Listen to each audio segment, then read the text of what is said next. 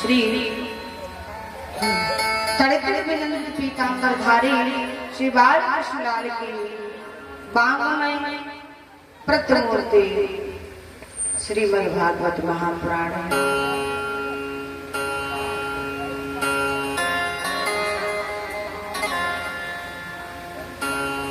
आज श्रीमद् भागवत जी का द्वितीय दिवस है।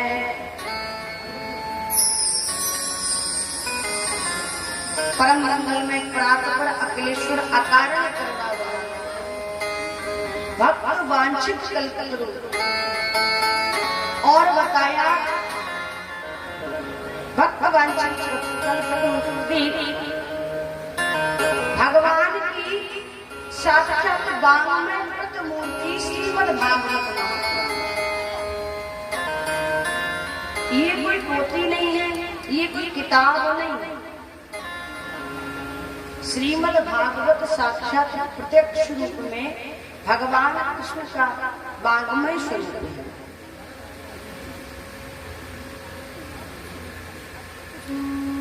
जिस प्रकार से श्री रामचरितमानस को भी बताया है, श्री रामचरितमानस जिसमें राम जी का पूरा चरित्र है, जिसमें राम जी का पूरा चरित्र का वर्णन किया, वो रामचरितमानस। जिसके अंदर राम जी का चरित्र उतर गया, वो रामचरितमानस।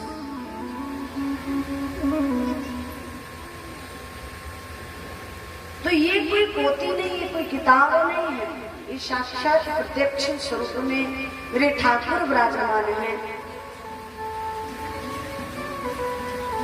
भगवान की असीम कृपा से आज हम सबको पुनः हर वर्ष की भांति इस वर्ष भी भगवान की रश्मि कथा का रसास्वादन करने का शुभ अवसर मिला। जब कथा पक्की नहीं हुई थी तो मझोला से बड़े जो है महाराज फोन ला रहे थे कि दीदी हमारे यहाँ कथा नहीं होगी क्या। अब ये बात बताइए, जहाँ इतने भक्त हो तो भला ठाकुर कृपा नहीं करेंगे? अचानक से हमारे भैया का फोन गया, बड़े भैया राजा राम भैया है, कमेटी में और भी कई भक्तजन हैं, पर मुझे उनके नाम याद नहीं है, केवल राजा राम भैया से ज्यादा संपर्क है। तो भैया का फोन गया, मैंने कहा भैया आज कैसे याद आ गया आपको 1 वर्ष में? बोले इसलिए याद आ गई क्योंकि अब समय आ गया। तो बड़ा हर्ष, क्योंकि इधर से भी फोन जा रहे थे ना बार बार, तो उत्तर देना था ना। अरे ऐसा उत्तर देने से क्या फायदा है, सामने वाला भक्त निराश हो जाए। पर ठाकुर जी की असीम कृपा हुई, अति कृपा हुई। आज हम सबको पुनः भगवान की रश्मि कथा श्रवण करने का शुभ अवसर प्राप्त हुआ। मैं पुनः सभी कमेटी वालों का, जितने भी बस्तीवासी हैं, सभी मझोला वालों का, ग्राम वासियों का, सभी का इस व्यास से हृदय से बहुत बहुत आभार व्यक्त करती हूँ। लेकिन वैसे तो मैं कुछ करने लायक नहीं, लेकिन फिर भी मैं बार बार हार्दिक अभिनंदन, हार्दिक स्वागत करती हूँ, क्योंकि मैं आप लोगों के लायक नहीं, फिर भी आप लोगों ने मुझे यहाँ पर पुनः अवसर दिया भगवान की रश्मि कथा का गुणगान करने का।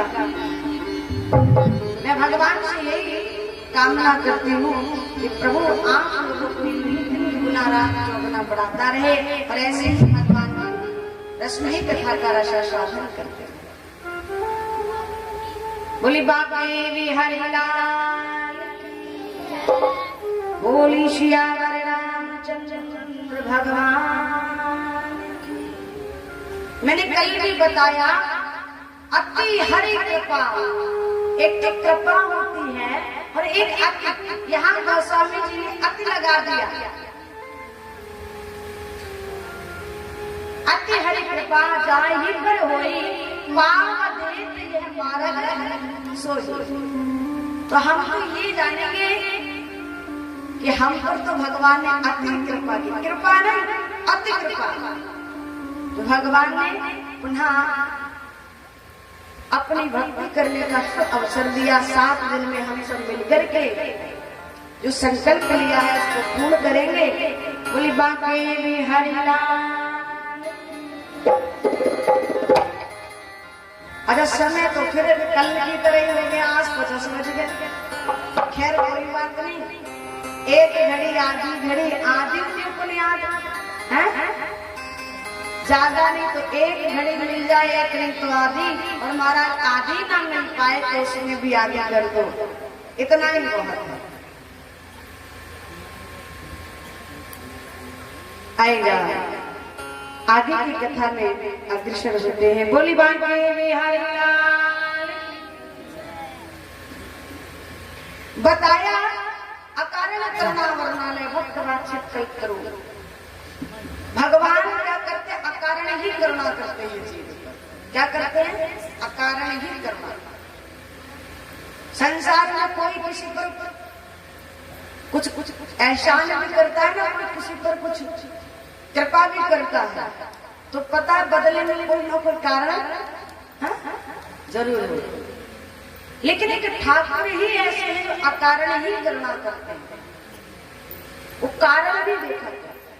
अच्छा सूर्य है, सूर्य कभी ही कहते हैं कि महाराज जो मुझे जल देता है मैं उसी को प्रकाश दूं, और जो नहीं देता उसको बोली बांके बिहारी लाल की। काश यदि सूर्य नारायण भी ये विचार रखते तो भला हमको प्रकाश नहीं मिलता। लेकिन नहीं, उनकी दृष्टि में सब समान है। जो जल देता है उसको भी उतना ही, और जो नहीं देता है। और अगर 2 महीने बिल मत भरो और वो आकर के ना अलग रख देंगे उतार के, कहेंगे पहले बिल जमा करो उसके बाद लाइट चलेगी आपके। काश भगवान भी ऐसे टैक्स लगा देवे तो आनंद आ जाए, लेकिन नहीं, अकारण करुणा। अगर भगवान हमको कुछ कहते नहीं तो हम इतने मंद बुद्धि है कि हम भी नहीं सोचते अपनी तरफ से कि बिजली का बिल इतना तो भर देते हैं हम, पर 1 लोटा जल भगवान को। अच्छा जल छोड़ो, जल देने की बात छोड़ो, सुबह भी उठ करके नमस्कार भी कर दे, इतना भी नहीं हमको आता। और महाराज ऐसे लोग हैं जिनको ये ज्ञात नहीं कि लघु शंका किधर करेंगे। सुबह में उठे, सूर्य नारायण निकल रहे हैं सामने से दक्षिण में, और उनको यही पता नहीं बस लघु शंका करेंगे, वो दिशा भी नहीं देखते। आप जल मत चढ़ाओ, प्रणाम मत करो, पर कम से कम इन नियमों का पालन तो कीजिएगा। तो अकारण करुणा होना है, भगवान अकारण ही करुणा करते हैं। हम पर, आप पर, सब पर प्रभु ने कृपा की, तभी आज हम और आप इस कथा प्रांगण में बैठे, वरना आवत यही सर अति कठिनाई, आवत यही सर अति कठिनाई। मैंने कल भी बताया, बार बार मन बनता है साहब बहन जी आई है कथा, 1 साल में और ही चलेंगे, पर नींद आ गई, सो गए, या कोई और काम निकल आया। तो परमात्मा की बड़ी कृपा है। जब तक कन्हैया की, जब तक मेरे ठाकुर की कृपा नहीं होगी, तब तक हम इस कथा प्रांगण में आ भी नहीं सकते। तो भगवान ने बड़ी कृपा की, तो हमको इस प्रांगण में बुलाया। बोली बांके बिहारी लाल की, बोली सियावर रामचंद्र भगवान की।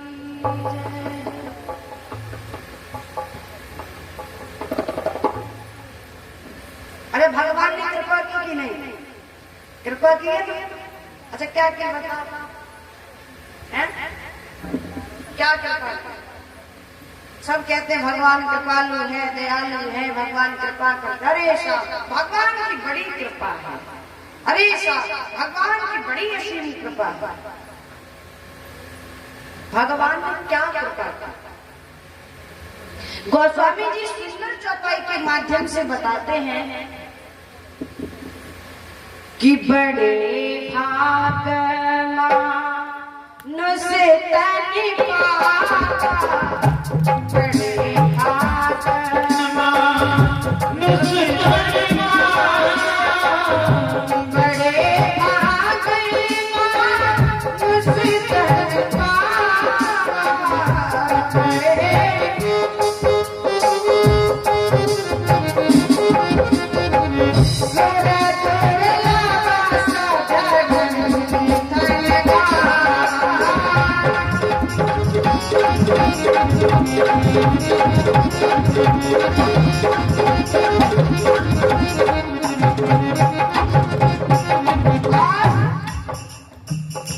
साधन धाम मोक्ष कर द्वार, साधन धाम मोक्ष कर द्वार, और जाहि न जीहि करे मोक्ष सवार,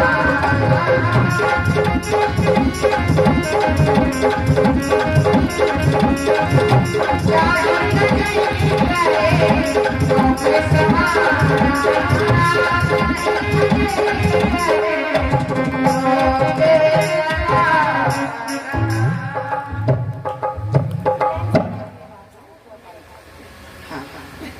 बोली बाके हरिलाल की जय, बोली श्याम रामचंद्र भगवान।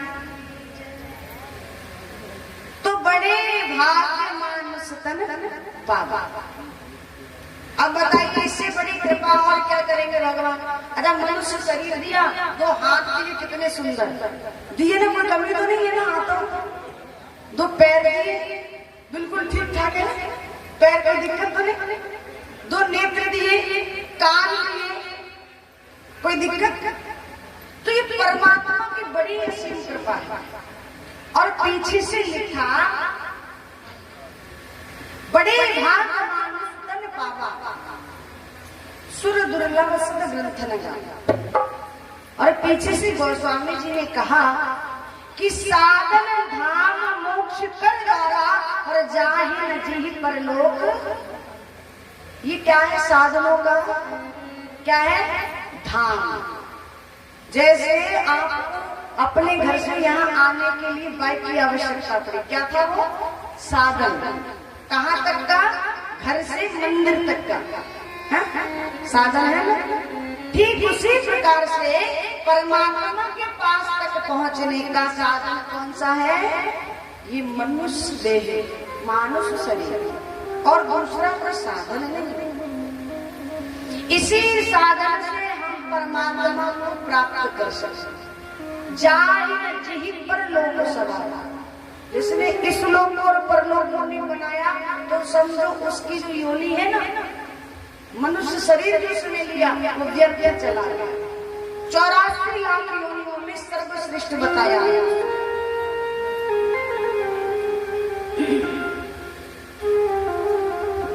एक कवि ने बड़ी सुंदर रचना की है। कहा कि जो मनुष्य देह पाने के बाद, मनुष्य शरीर पाने के बाद में भगवान की भक्ति नहीं करता, सत्कर्म नहीं करता, बड़ों का सम्मान नहीं करता, संतों का आदर नहीं करता, तो उसका वो जो जन्म होता है, मनुष्य शरीर जो होता है, वो योनि पशु से भी नीचे कर दी जाती है। सबसे नंबर 1 पर मनुष्य को बैठाया, क्योंकि ये मनुष्य है ना, ये बड़ा बुद्धिमान है। अगर इसको सर्वश्रेष्ठ बना देंगे तो ये सबको लेकर के चले जाएंगे। और यदि जो सत्कर्म नहीं करता, देह पाने के बाद भगवान की भक्ति नहीं करता, भगवान का नाम कभी जिज्ञासा नहीं लेता, तो बता बिल्कुल नीचे पहुंचा दिया कि बिनु धर्म मनुष्य योनि, पशु से नीचे गिरी जाती, बिनु धर्म मनुष्य योनि। कहा पशु से नीचे कि भिन्न धर्म मनुष्य योनि पशु से नीचे गिरी जाए भिन्न धर्म मनुष्य योनि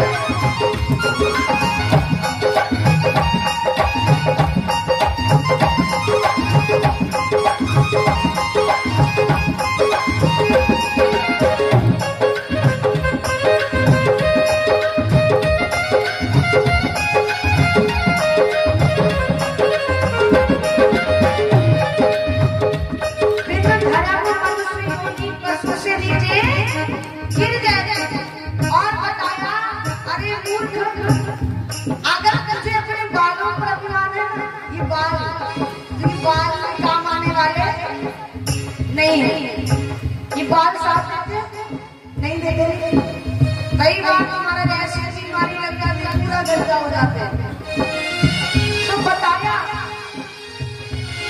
कि बालों के ऊपर यदि रखते हैं तुझको अपमान बालों के ऊपर यदि रखते हैं तुझको अपमान बालों के ऊपर यदि रखते हैं तुझको अपमान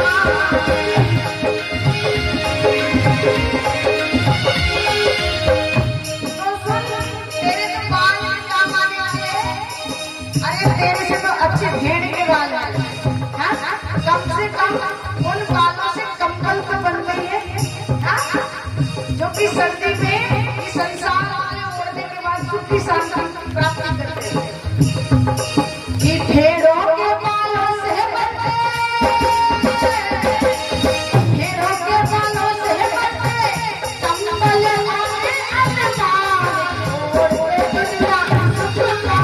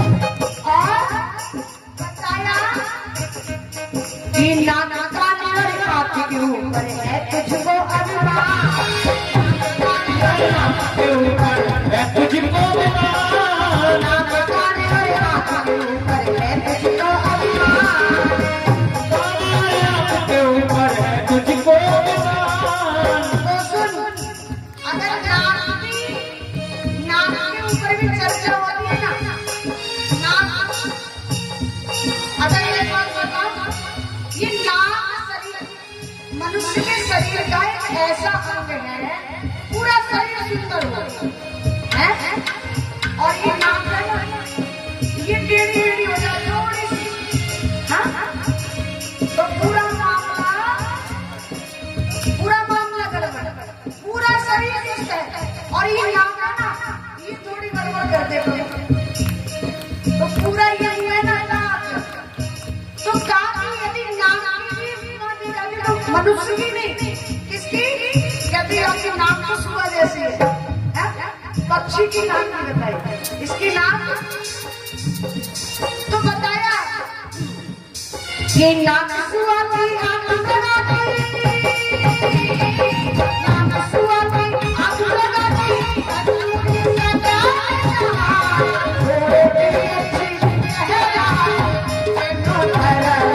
मनुष्य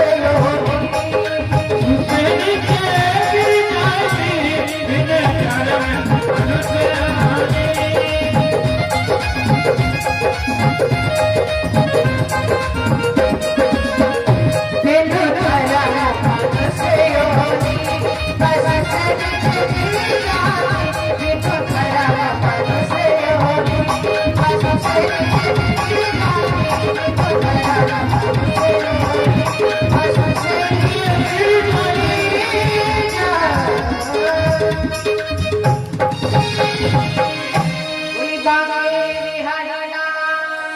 जय हो। तो कहा कि आंख कान और नाक के ऊपर है तुझको अभिमान। नाक सुआ की, आंख मृगा की। अगर नेत्रों की बात की जाए तो कहते हैं कि मृग नयनी है। किसकी? मृग की आंखें अच्छी बताई। और पीछे से कहा कंसूरी सकल जहान, कंसूरी सकल जहान, घोड़े की अच्छी कहलाती। कहा कि तेरा कुछ काम आने वाला नहीं है, काहे को अभिमान करता।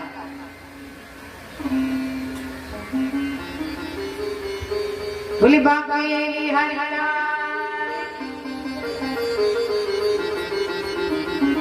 तो मनुष्य शरीर भगवान ने दिया, ये केवल और केवल संसार के कामों को करने के लिए नहीं, साथ ही साथ भगवान की प्राप्ति के लिए। मैंने कल भी बताया हमारा और आपका लक्ष्य एक ही है, परमात्मा की प्राप्ति करना। संसार में रहिएगा, कर्म भी करते जाइए, लेकिन अपने लक्ष्य को ध्यान में रखें। यदि लक्ष्य ध्यान में होगा तो होगा, और लक्ष्य को छोड़कर इधर उधर भटकेंगे तो फिर धोखा खा सकते। बोली बांके बिहारी लाल। तो कल प्रथम दिन में भागवत जी के महत्व की कथा का वर्णन हुआ। आज से श्रीमद् भागवत कथा प्रारंभ होती है। अब कई लोग ये मत कहना कि कल तो कथा प्रारंभ हुई नहीं थी, बात तो हुआ था, कल भागवत कहाँ हुई, ये मत कह देना, क्योंकि महात्म भी श्रीमद् भागवत में ही आता है। ऐसा नहीं है कि महात्मा की कथा हुई तो महाराज भागवत नहीं। कोई भी कथावाचक से, चाहे वो शिव पुराण की कथा करें, चाहे नारद पुराण की, चाहे ब्रह्म वैवर्त पुराण की, या किसी अन्य ग्रंथ की, सबसे पहले महात्म की कथा का वर्णन करते हैं। क्योंकि जब तक हम उस शास्त्र के बारे में नहीं जानेंगे, जब तक हम उसकी कृपा के बारे में नहीं जानेंगे, तब तक हमको आनंद आने वाला। यदि हम डॉक्टर के पास भी जाते हैं तो जब तक उसकी चर्चा नहीं सुनते कान में, तब तक नहीं जाते।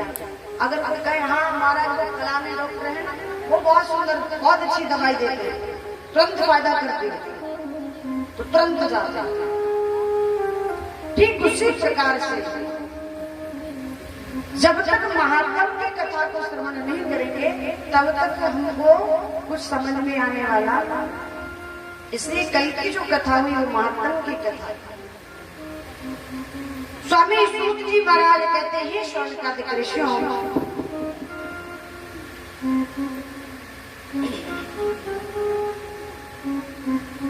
महर्षि वेदव्यास जी ने सर्वप्रथम श्लोक में वंदना की, तो किसी देवता का नाम लेकर वंदना नहीं की।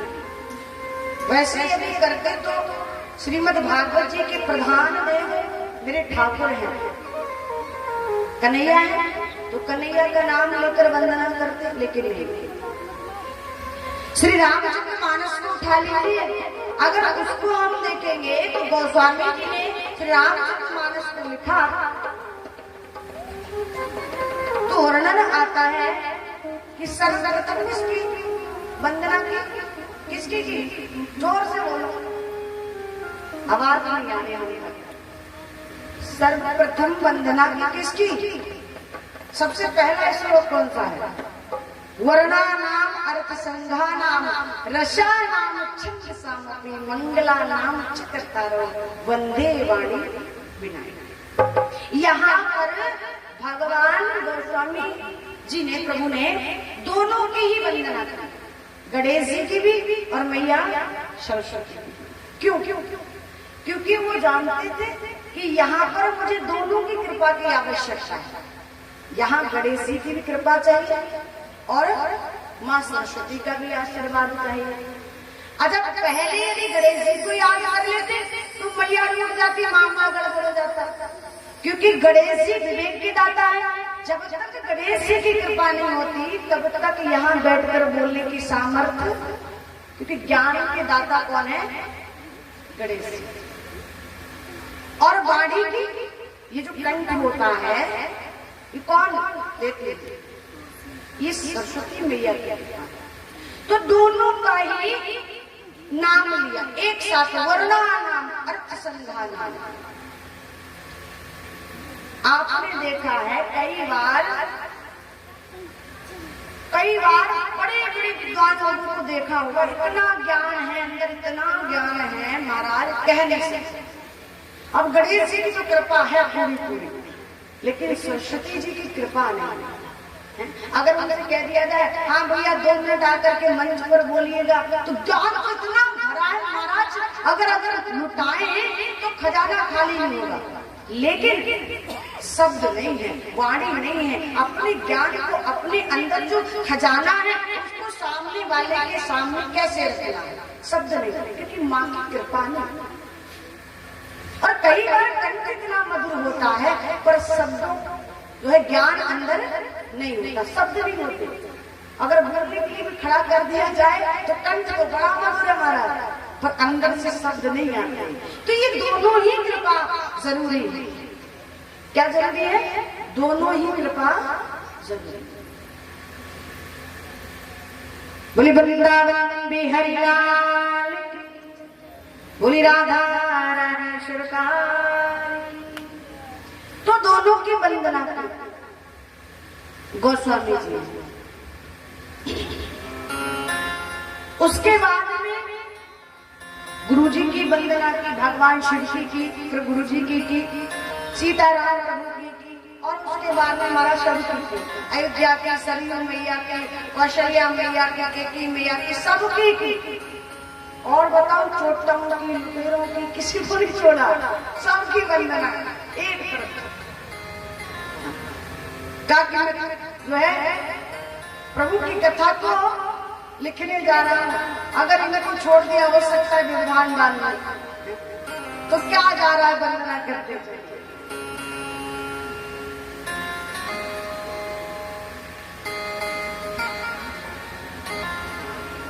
बोली बाबा हरिलाल, तो सबकी वंदना। और अंत में कह दिया सिया राम मैं सब जग जाने, करहूं प्रणाम जोर जुग पाए।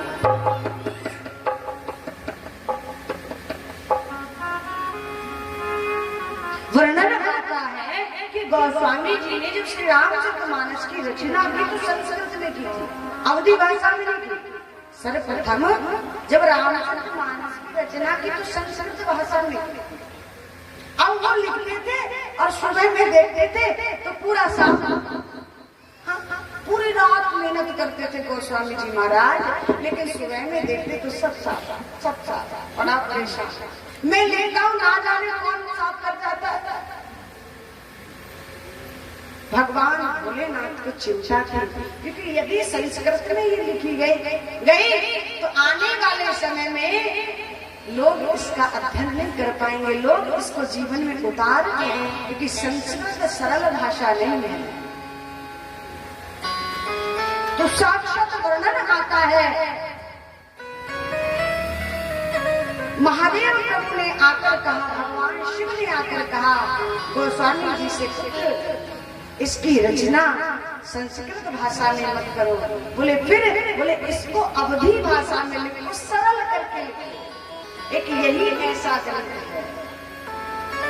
कई लोग महाराज ऐसे होते हैं, उनको कहो रामचरितमानस का पाठ करते हो? हाँ, बोले जी हमें संस्कृत आ गई ना। उनको ये ज्ञान ही नहीं कि रामचरितमानस संस्कृत में है या अवधी भाषा। अवधी भाषा से सरल कोई भाषा नहीं। अच्छा, जब अवधी भाषा में पूज्यपाद गोस्वामी जी महाराज ने श्री रामचरितमानस को लिखा तो वर्णन आता है कि काशी के जितने विद्वान थे उन्होंने कहा कि ये नहीं मानी जाएगी। इसको अलग कर दो। ये संस्कृत में नहीं, ये तो महाराज हिंदी में बिल्कुल साधारण सी भाषा में लिखा गया है, इसको ग्रंथ नहीं कहा जाएगा। अब गोस्वामी जी बड़े चिंतित थे, मैंने इतनी मेहनत की, मैंने इतना जो है महाराज परिश्रम किया। अच्छा कोई भी सही, हम आप सही कहीं मेहनत करते नौकरी के लिए और नाम मिले तो, या फिर कोई व्यक्ति सही किसी ने कोई सुंदर कविता लिखी हो और उस कविता को लोग टिप्पणियां करें ये ऐसे है वैसे, तो दुख होता है। महाराज मैंने तो जीवन भर का अनुभव इसमें लिख दिया, सब कुछ पूरा परिश्रम किया, लेकिन सामने वाले को आनंद ही नहीं आया। तो पूज्य पाद गोस्वामी जी महाराज को बड़ा कष्ट हुआ, चिंता हुई, क्या हो, क्या किया जाए। अब कोई मानने को तैयार नहीं, रामचरितमानस को ग्रंथ है, बोले ये तो साधारण सी भाषा में, इसको वाला क्या, ये तो गांव की भाषा में है। तो कहा कि ऐसा करो, गोस्वामी जी ने कहा देखिएगा ये मैंने अपनी इच्छा अनुसार नहीं लिखा, ये साक्षात महादेव प्रभु ने, ये विश्वनाथ प्रभु ने मेरे से कहलवा करके लिखवाया। तो कहा एक काम करो, विश्वनाथ जी के मंदिर में पहुंचा दो, अब वही निर्णय करेंगे। और महाराज वर्णन आता है कि मंगला आरती करने के बाद में सबसे नीचे श्री रामचरितमानस को रख दिया, सबसे नीचे, और ग्रंथ पर रख दिया, सबसे नीचे दबा दिया। कि लोगों की नजर में तो एक साधारण सी भाषा में लिखा गया, संस्कृत भाषा नहीं है। पूज्य पाद गोस्वामी जी महाराज पूरी रात्रि भर विश्वनाथ से निवेदन करते रहे, प्रार्थना करते रहे, मेरे प्रभु मेरी लाश आपके हाथों में है, आपने जैसा कहा मैंने किया, अब मेरी लाश तो आप ही रखो। तो वर्णन आता है जब सुबह में पट को खोला गया तो जो श्री रामचरितमानस नीचे थी वो सबसे ऊपर थी और उस पर मोहर लगी हुई थी, यानी सिग्नेचर थे, साइन थे, किसके, विश्वनाथ प्रभु के, और लिखा था सत्यम शिवम सुंदर। ये किसने लिखा, भगवान शिव ने, विश्वनाथ ने, और ये बताया कि ये कोई साधारण ग्रंथ नहीं है, ये श्री रामचरितमानस साक्षात मेरे राघवेंद्र सत्यम शिवम सुंदरम सिग्नेचर कर दिए। काशी के जितने भी विद्वान थे सब समझ गए। तो बात चल रही थी कि गोस्वामी जी ने सबकी वंदना की, किसी को नहीं छोड़ा, चोटाओं को, लुटरों को, अच्छे को, भले को, किसी को नहीं छोड़ा, सबकी वंदना की। अच्छा यदि ऐसा भाव हमारे अंदर भी आ जाए तो संसार में फिर हमारा कोई दुश्मन नहीं रहेगा, रहेगा। देखिए सामने वाला अपने आप से माने तो माने, लेकिन हमारे अंदर ऐसा भाव नहीं है ना, और सामने वाला भी कब तक मानेगा भाई, सामने वाला कब तक मानेगा। वो सामने वाला यदि तुमसे बैर कर रहा है, जितनी बार निकलो ना, जितनी बार निकलो, हर बार में उसको नमन करो, जितनी बार निकलो, वो सामने वाला मान रहा है ना, मानना दो। आपका कर्म है वंदन करना, नमन करना, और उसका कर्म है लेना ना देना, वो उसके ऊपर। अब कब तक आपको नहीं स्वीकार करना, एक दिन निश्चित रूप से वो आपको स्वीकार करेगा। ये गारंटी। बोली बाकी भी हरिलाल की। लेकिन महाराज हमारी स्थिति ऐसी है कि हम सुनना नहीं चाहते, सुनाना चाहते। अगर कोई सुनना चाहता, ये तो बड़ी भगवान की कृपा है, तो आप लोग इतने शांत बैठकर सुन रहे थे। वरना गद्दी से नीचे में आ जाऊं तो कोई मेरी सुनने वाला है, सब सुनाने वाले मिलेंगे, सुनने वाला बस झगड़ा इसी बात का है। सुनाने वाले तो सब है, पर सुनने वाला, जिस दिन सुनने वाले बन जाओगे बस उसी दिन भवसागर से पार सुनो, सामने वाला बोल रहा है ना, क्या बोल रहा है? बोली बाके बिहारी लाल की। तो स्वामी सूत जी महाराज कहते हैं कि रामचरितमानस में गोस्वामी जी ने सबकी वंदना की। अंत में कहा सिया राम में सब जग जाने, करूं प्रणाम जोर जुग पाने। लेकिन श्रीमद् भागवत जी में किसी देवता का नाम लेकर वंदना नहीं। वहां पर किसकी वंदना की? सत्यम परम धीमहि। सत्यम परम धीमहि। किसकी वंदना की?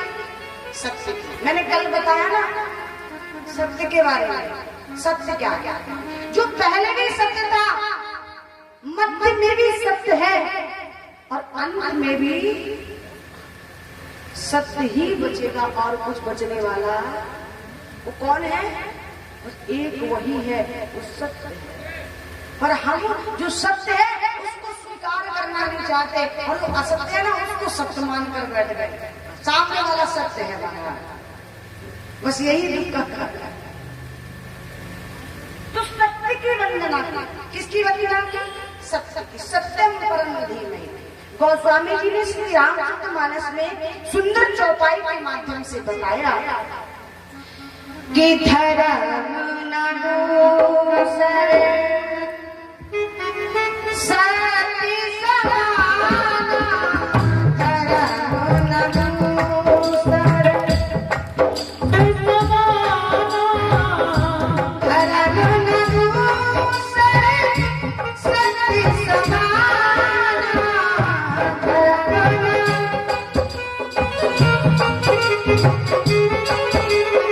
हरि आगम निगम पुराण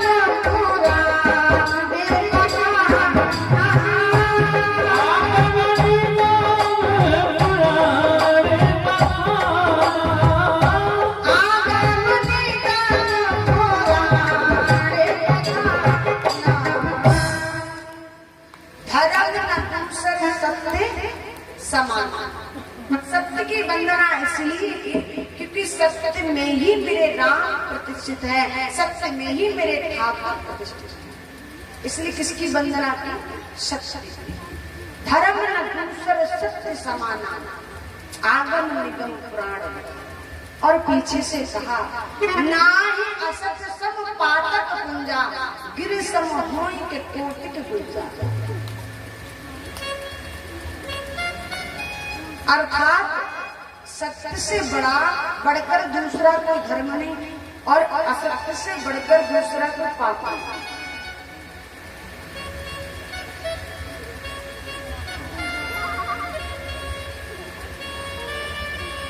अब विचार लगाइए, हम सबसे बोलते हैं बात करते, सामने वाले ने फोन किया, हाँ भोजन हो गया, हाँ जी हो गया, क्या कर लिया भोजन? अरे मटन पनीर बन रहा है था, चाहे घर में बने आलू से, पता नहीं क्या आनंद आता है। हम भले आदमी सामने वाले को यदि बता, वैसे हमने चटनी से खाई भाई, अपना घर कौन नहीं खाता?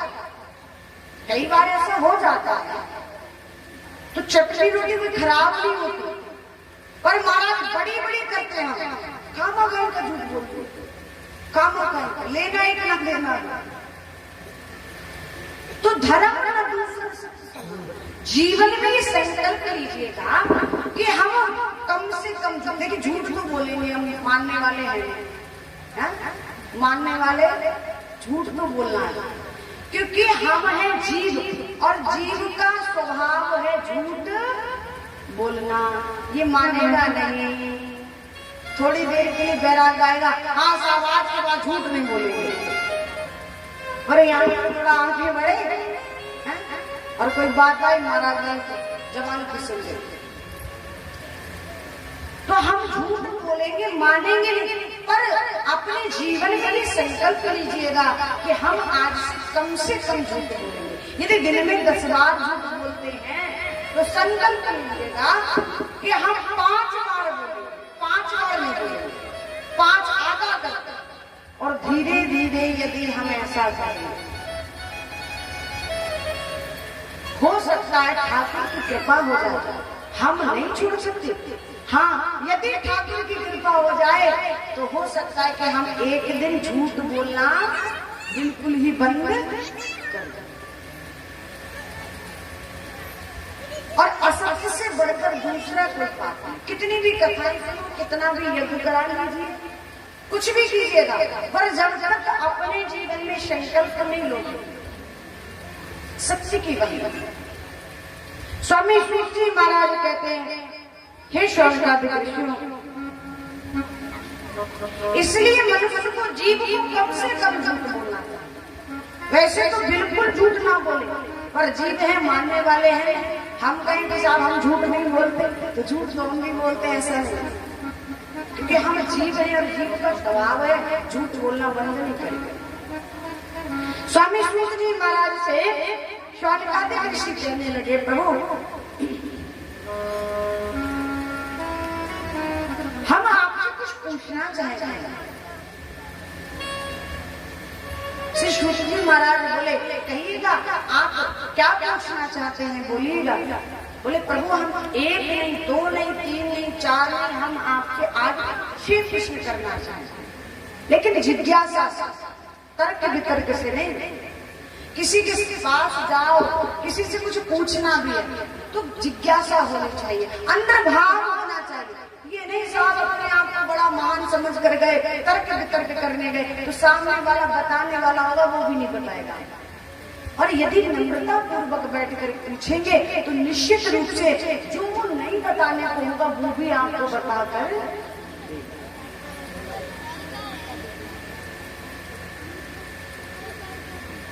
बोली बाके बिहारी लाल की। आएगा 2 मिनट नाम शक्ति। बोली कृष्ण कन्हैया लाल की जय। हरि सीताराम जी की प्यारी राजधानी लागे, महारानी लागे, मोहे मीठो मीठो सरियो दिलो पानी लागे। सीताराम जी की प्यारी राजधानी लागे,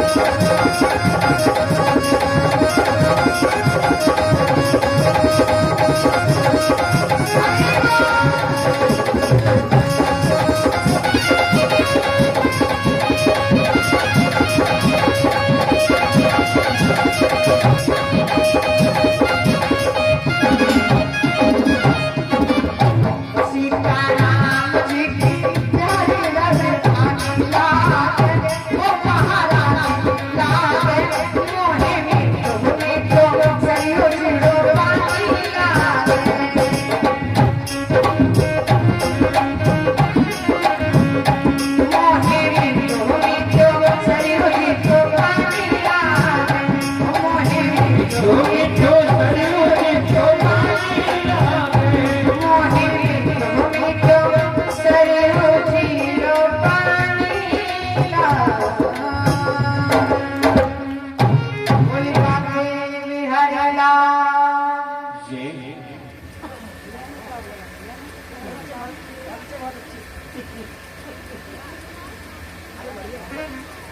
बोली राधे रानी सरकार की जय। थोड़ा जोर से जयकारा लगा। बोली राधे रानी सरकार की। हम तक तो आवाज नहीं आ रही। पीछे वाले कह रहे हैं जय, आगे वाले कह रहे हैं है। जोर से जयकारा। बोली बाकी बिहारी लाल की। इतनी जोर से जयकारा लगाओ संकुल के लोगों की नींद खुल जाए। हाँ बोले राधे रानी सरकार की।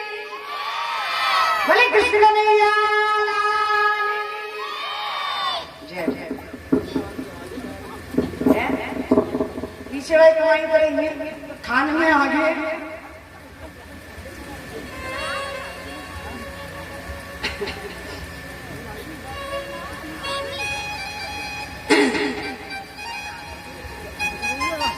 तो बात कहाँ चल रही?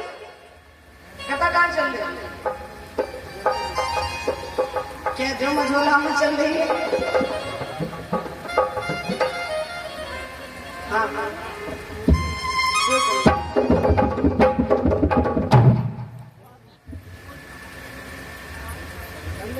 तो स्वामी हम भी भूल गए कहाँ चल रही है? याद है? परीक्षित के लिए बताएंगे कथा कहाँ चल रही है?